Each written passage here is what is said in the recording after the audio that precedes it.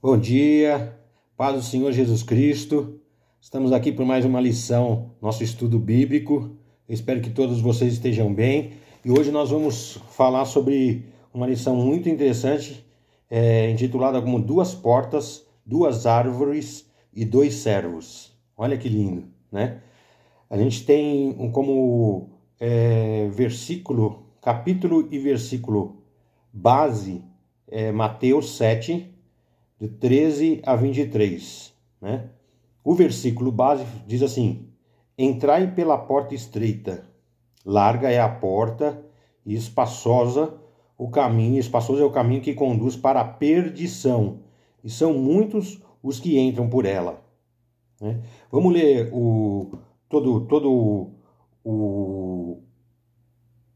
os versículos bases, que é Mateus 7, de 13 a 23. Vamos lá. Mateus, vamos lá. Mateus 7.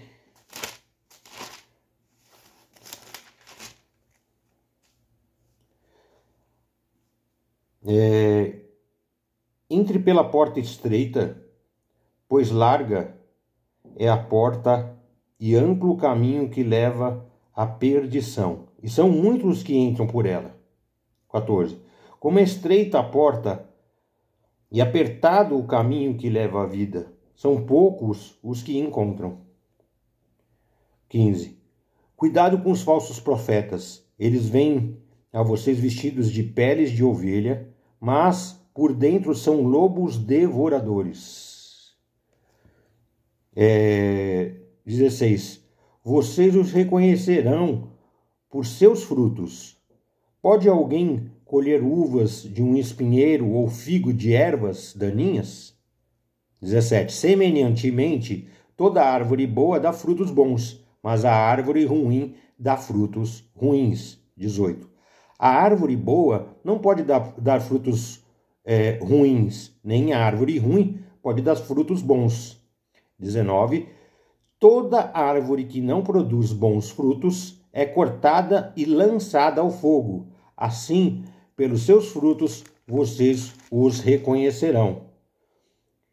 21. Nem todo aquele que me diz, Senhor, Senhor, entrará no reino dos céus, mas apenas aqueles que faz a vontade de meu Pai que está nos céus.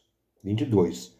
Muitos me dirão naquele dia, Senhor, Senhor, não profetizamos em teu nome? Em teu nome não expulsamos demônios e não realizamos muitos milagres? Então, no 23, então eu lhes direi claramente, nunca os conheci. Afastam-se de mim, vocês que praticam o mal. São versículos fortes, ditos por Jesus, diretamente por Jesus, né? E aí, dentro da nossa lição de hoje, como a gente sempre dá os três passos lá, que é o saber, sentir e agir, o alvo da lição do saber é entender que seguir a Cristo não é tarefa fácil. O caminho estreito e a escolha é decisiva. E o sentir. Exercitar o senso crítico com relação aos falsos profetas e a sua vida dupla, milagres mais prática do pecado. E o agir. Aplicar mais e melhor os conhecimentos bíblicos para realmente ser um servo de Jesus, né? A gente tem como um exemplo de a gente caminhar num caminho onde nós temos uma rua ampla, né? Onde não tem obstáculos, né?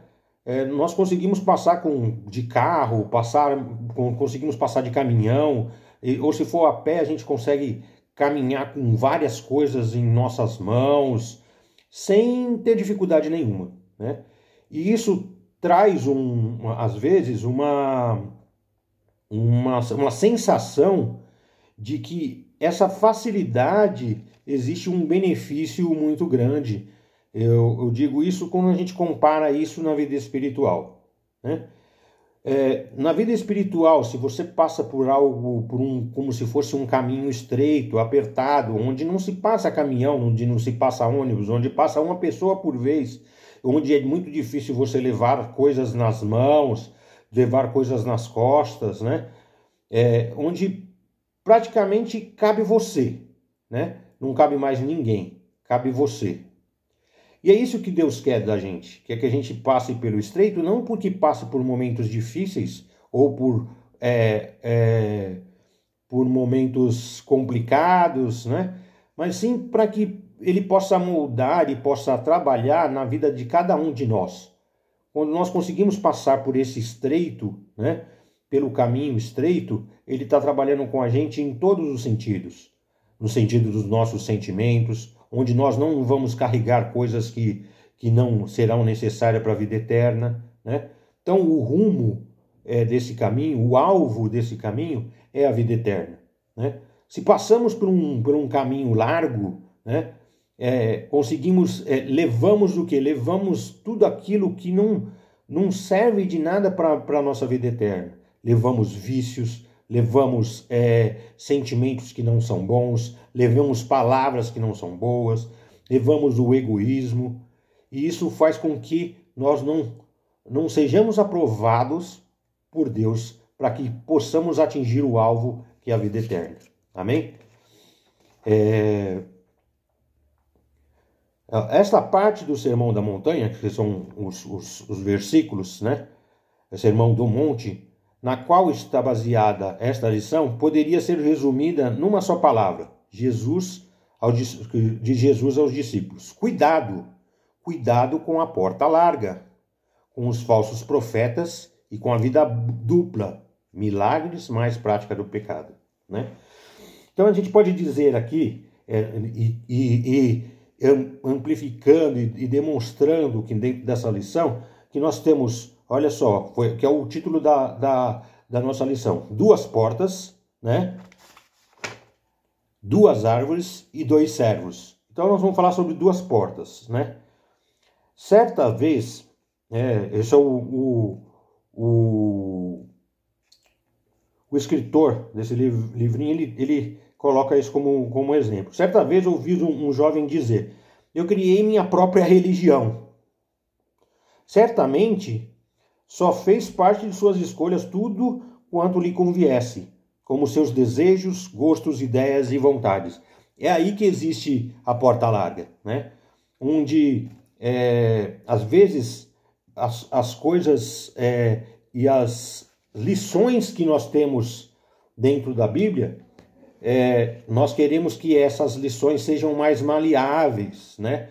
Nós fazemos vista grossa para determinadas coisas e queremos que aquilo praticamente não existisse dentro da palavra de Deus, né? Principalmente quando são situações que sugerem mudanças para a nossa vida.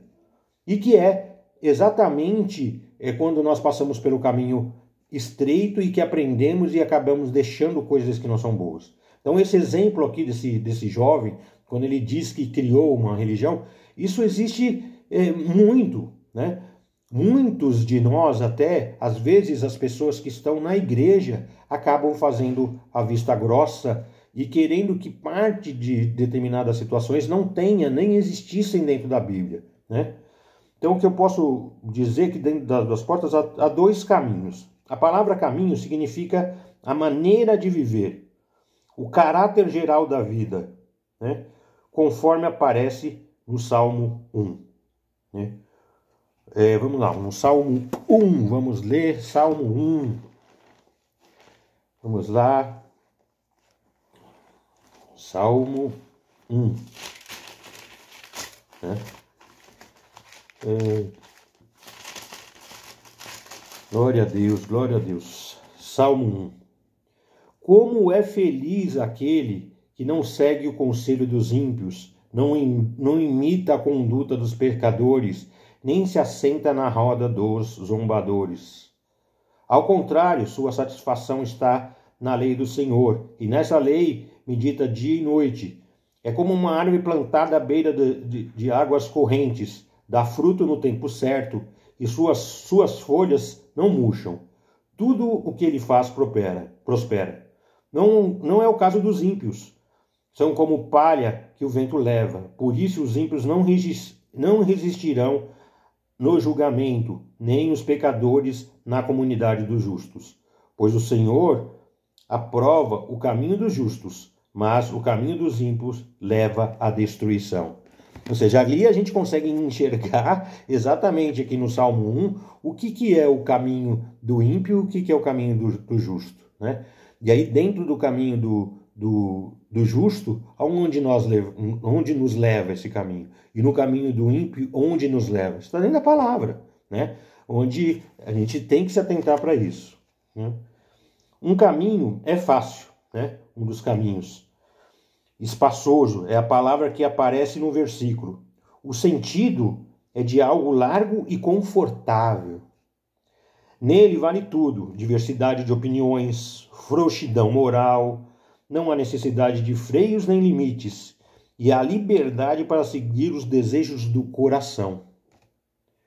O outro caminho é um caminho difícil, apertado, pelo fato de ser demarcado pela palavra de Deus.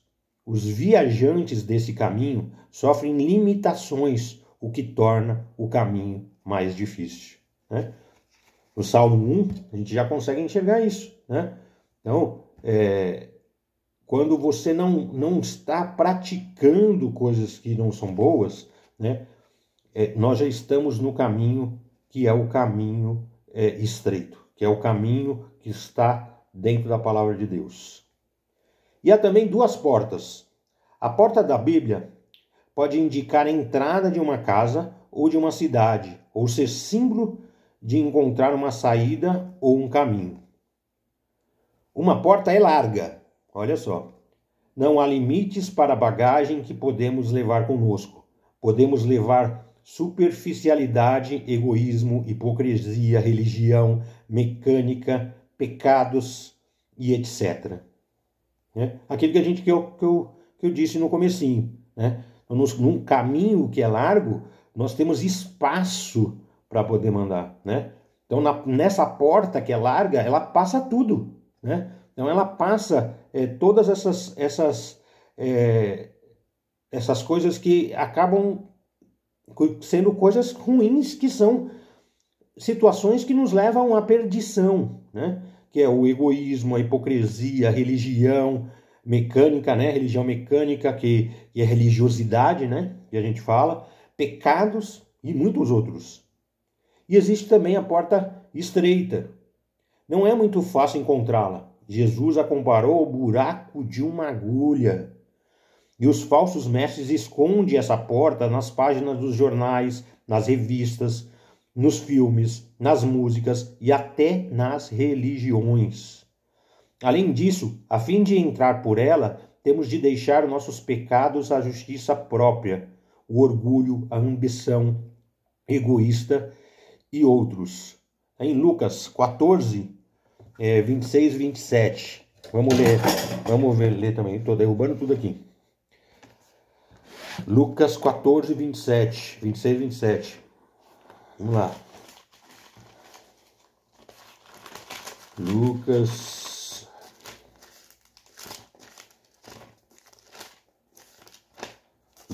14, né? Lucas 14. Onde leva a perdição e onde leva... Olha só a palavra, né? Perdição. A gente vai falar mais sobre essa palavra daqui a pouco e como às vezes a gente deixa essa palavra soar de uma forma tranquila, né? E que não existe nem tanta essa força, né? Então tá lá em Lucas 14, 26, 27. 14, 26, 27. Se alguém vem a mim e ama seu pai, sua mãe, sua mulher, seus filhos, seus irmãos, irmãs e até sua própria vida, mais do que a mim, não pode ser meus discípulos. E aquele que não carrega a sua cruz, não me segue, não pode ser meu discípulo. Então, assim, o caminho é realmente estreito e existe as grandes dificuldades onde nós temos que colocar Deus acima de qualquer situação, né? Amar a Deus sobre todas as coisas. Sobre todas as coisas a gente fala também sobre família, sobre pessoas entes queridos, pessoas que estão muito próximos de nós, né? E onde nós temos que amar primeiro Deus, que foi Ele que nos criou, foi Ele que nos deu essa família. Amém? Então, para vocês verem o quanto isso não só na questão de dificuldade, mas na questão de quanto isso é importante, quanto isso é significativo, né? De quando a gente fala da porta estreita, para dentro, para a nossa vida, para nosso alvo, que é a vida eterna. Isso é significativo, e muito significativo, né? Não é fazendo... não, eu quero sofrer, não, eu vou passar por dificuldades porque Deus vai ver isso. Não, não é isso. Ele quer que sejamos justos. E para sermos justos, nós precisamos seguir o que Ele está pedindo. Seguir o que está dentro da palavra de Deus. Amém? Vamos continuar. E há dois destinos também, né? No Salmo 1 enfatiza a grande diferença entre o destino do justo e dos ímpios. Lembra que nós vemos lá no Salmo 1. Quem quiser depois releia novamente o Salmo 1. Um destino é a perdição. Olha lá, vamos falar da palavra. A palavra perdição traz comigo a ideia de desperdício, de perda, e não de destruição. Perde-se o amor, presença, a paz, a alegria, a proteção de Deus, o cuidado de Deus, a eternidade com Deus, né? Lá em Provérbios 14, 22 fala algo sobre isso. Mas vamos dar uma ênfase à palavra perdição, que vem de você perder, do perder, né? Então, o que você perde estando num caminho que não é no caminho do justo, né? Quando nós estamos no caminho do ímpio, ou quando a gente às vezes acha, fala assim, não, mas só isso aqui não vai fazer mal. Quer dizer, você começa a exercitar algo que nós vamos ver aqui também na lição, que é a questão dos falsos profetas, que vivem vida dupla, né? E aí também diz o seguinte, outro destino é a vida. A vida não consiste apenas na existência física. A vida não é apenas o oposto da morte, mas é o tipo de vida, é a qualidade de vida, é a certeza de estar no caminho certo, é viver em paz com Deus. Ou seja, o estreito parece ser ruim, mas o alvo é muito melhor do que qualquer coisa que possamos querer adquirir nessa nossa caminhada aqui na Terra. E há também duas multidões, né? Esta conclusão é muito mais importante e significativa do que pensamos. Há muitas pessoas. A porta larga é o caminho espaçoso, atrai muita gente. Os luminosos do mundo são sempre mais atrativos que os da igreja. Jesus viu multidões na estrada larga, rindo, sem cuidados, aparentemente sem ideia do seu fim tenebroso. O que acontece hoje? A gente não pode deixar de entender o que são as coisas no mundo e o que são as coisas da vida, rumo à vida eterna, o caminho do justo, né? O caminho estreito, né? Onde a multidão, né? Mas os outros, mas nós não somos os outros, né? Nós somos escolhidos por Deus, nós conseguimos uma salvação que nós não iríamos conseguir, e temos a opção de seguir o caminho X e o Y.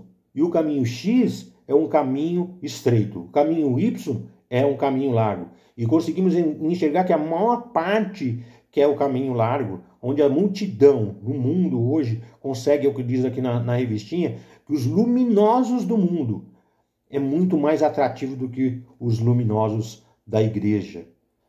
Mas, se você levar em consideração o que leva o luminoso do mundo, né, aonde leva o luminoso do mundo, né, a gente pode colocar aqui como exemplo das drogas, né, o luminoso ali para as drogas como fosse uma satisfação, onde aquelas pessoas utilizam de determinada substância, onde dá prazer, e esse prazer, existe uma qualidade naquele momento de prazer que é muito grande.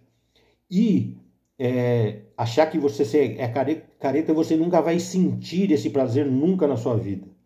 E é o errado, porque quando nós estamos no caminho justo, nós temos um prazer lindo e maravilhoso, um prazer que excede a qualquer tipo de prazer, né? Onde nós possamos chegar e nós sabemos aonde é o fim, aonde é o caminho, onde é o alvo, que é o caminho da vida eterna, e onde nós vamos morar ao lado de Jesus Cristo, ao lado de Deus.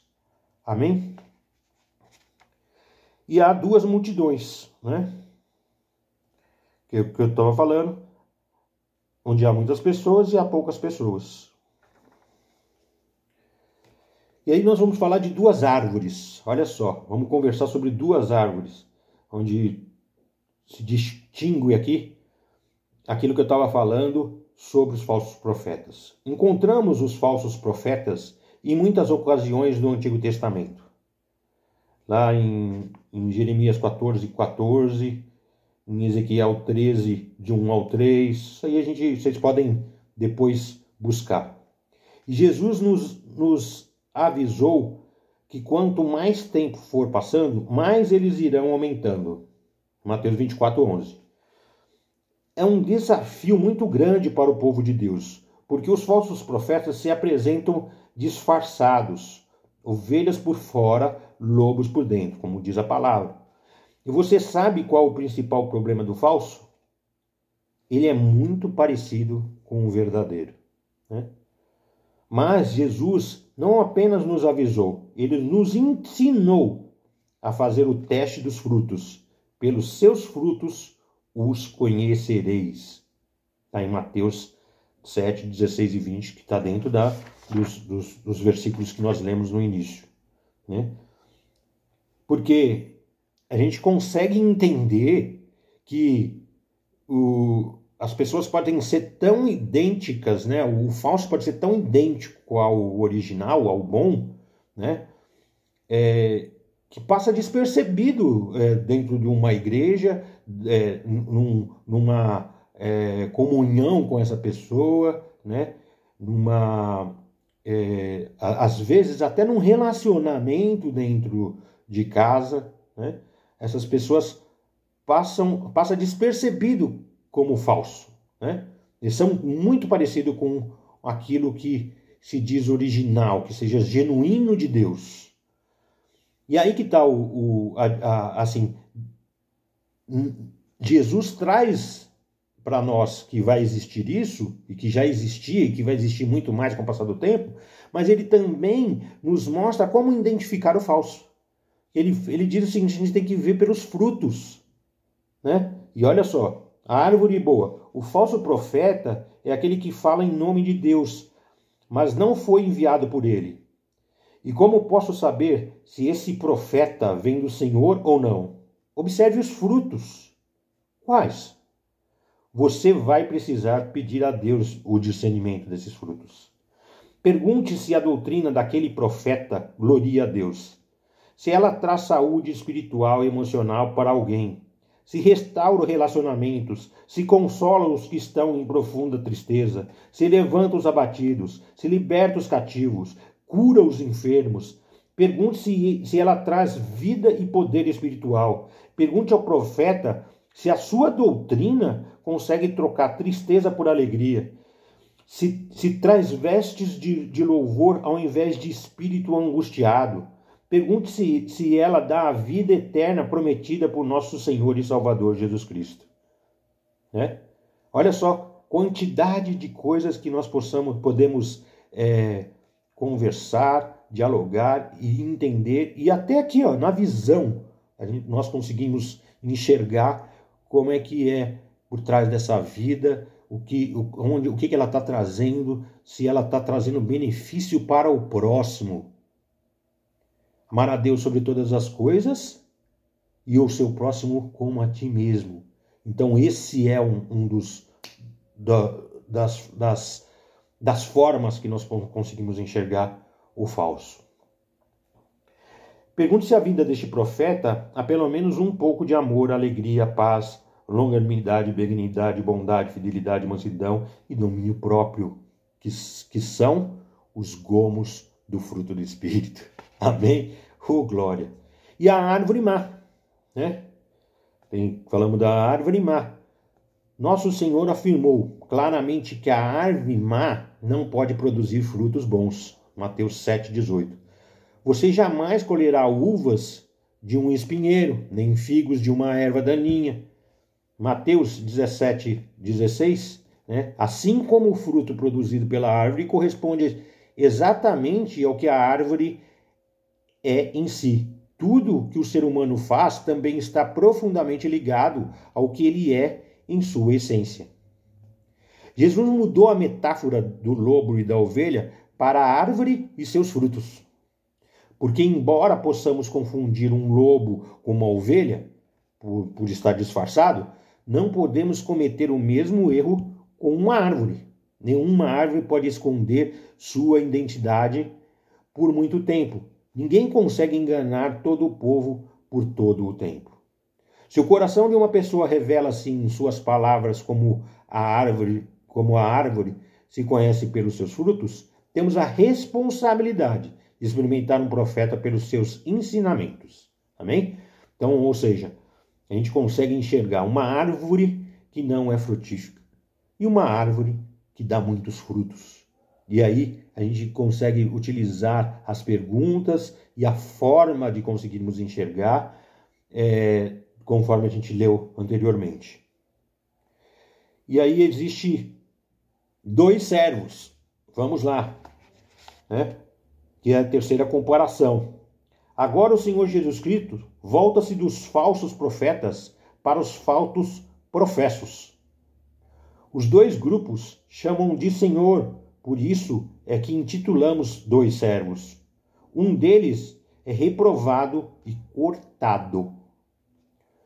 O servo que confessa, realiza, mas não obedece. As pessoas que Jesus descreve aqui estão confiando no que elas dizem. Uma confissão que é assim, respeitosa, né? Respeitosa. Senhor, ortodoxa,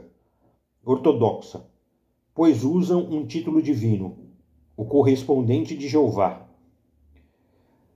C, fervorosa. Mencionam 2 vezes, Senhor, Senhor, que era um hábito para chamar a atenção para a força e o zelo de sua devoção. Senhor, Senhor, né? Sobrenatural. Profetizam, expeliram demônios e fizeram muitos milagres.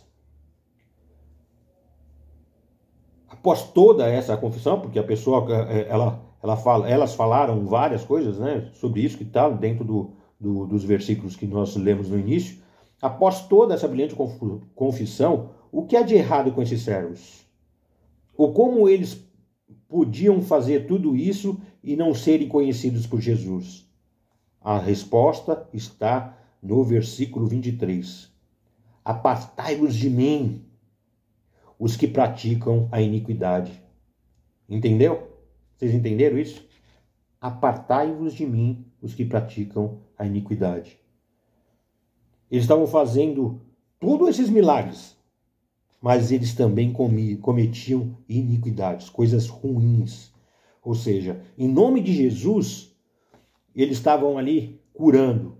Em nome de Jesus, né, eles estavam ali fazendo milagres, muitos milagres.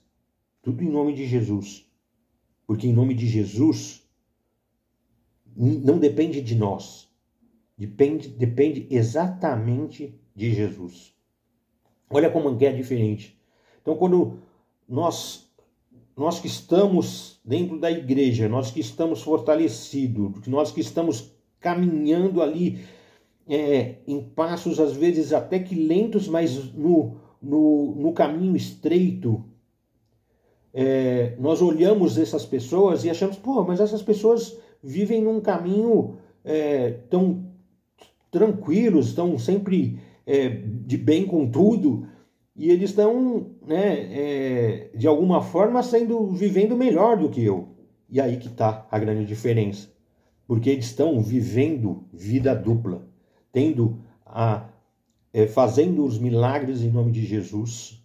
Mas, olha só a resposta de Jesus: apartai-vos de mim, o que praticais a iniquidade. Então, aquele que praticar a iniquidade, esse não vai entrar no reino dos céus.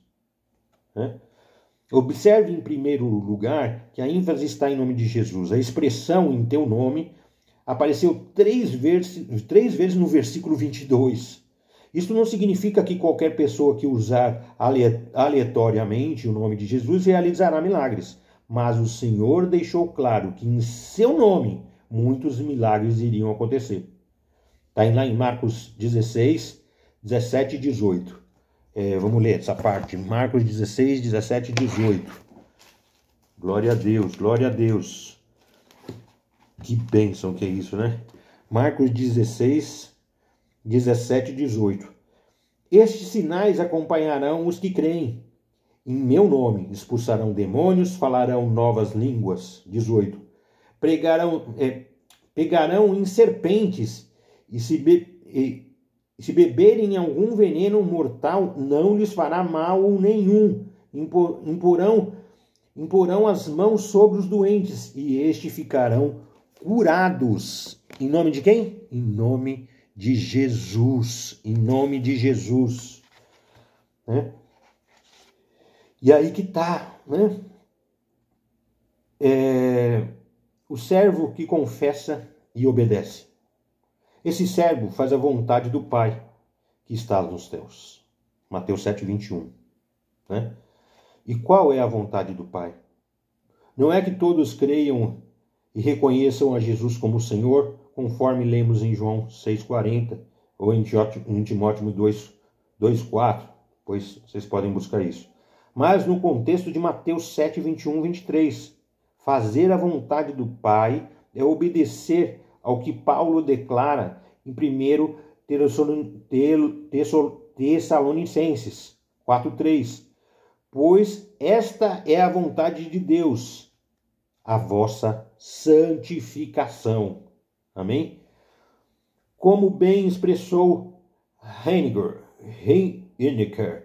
atividades mais bem-sucedidas e brilhante, combinada com grandes sinais e milagres, não constitui garantia nenhuma para sermos aceitos ao reino dos céus. Nem é um substituto para relaxarmos na seriedade da santificação pessoal. O mesmo ensino aparece em Lucas 10, 17 a 20. Vamos ler? Lucas 10, 17 e 20. Lucas. Olha só como nós não podemos nos enganar, porque a nossa santificação ela é ímpar, né? Eu não posso correr atrás da santificação da minha esposa ou dos meus filhos. Ela é ímpar. Então, o que nós temos que buscar? Buscar o caminho estreito ímpar e santificação ímpar. Amém?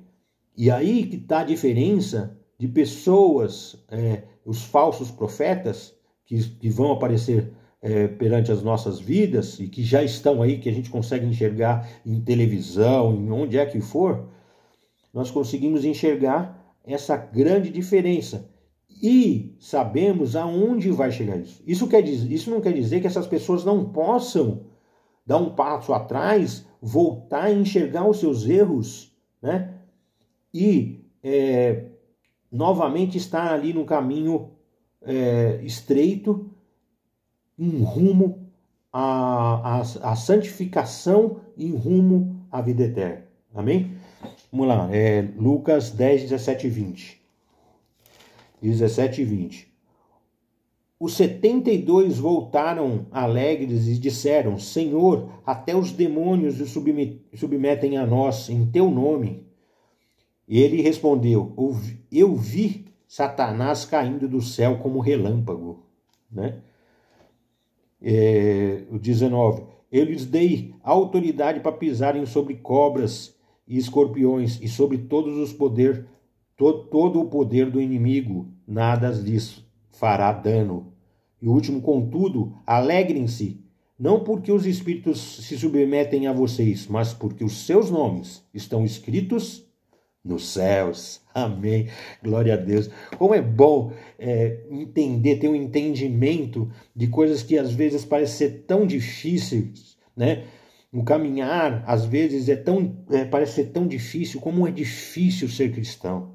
É difícil, sim. Realmente é difícil. Essa palavra nos traz, nos traz no dia a dia, nos traz a memória em todos os momentos que Jesus já disse isso, que nós iríamos ter aflições, mas que nós tínhamos que ter bom ânimo porque ele venceu o mundo.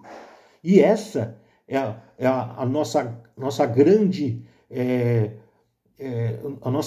batalha, né? Onde nós vamos passar por dificuldades, nós vamos ter pessoas que às vezes muito próximos da gente podem se distanciar porque nós mudamos a nossa vida, e aquelas que já nasceram em berço, aquelas que profetizam, que falam coisas boas e que estão num caminho estreito, que é o caminho rumo à eternidade, acabam abrindo a boca para falar um pouco da palavra, as pessoas já se distanciam dessas pessoas, se distanciam de nós.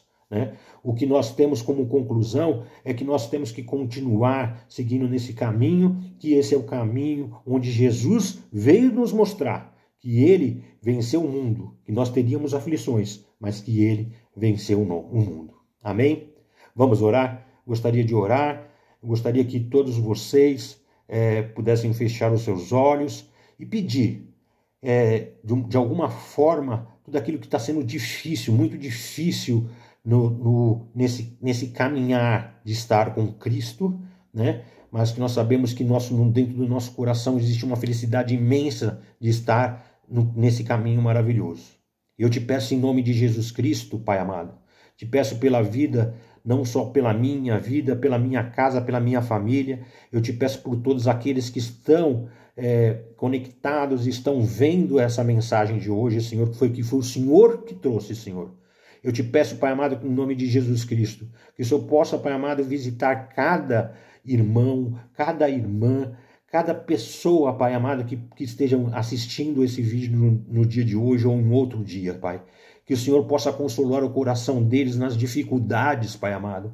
Pai amado, em nome de Jesus Cristo, eu te peço, Senhor, que o Senhor, Pai amado, possa afofar, Pai amado, o caminho dessas pessoas, onde é que eles estejam, onde é que eles tenham que passar, Senhor. Que tudo isso possa ser transformado, Pai amado, olhando aquela luz divina que é o Senhor, Pai amado.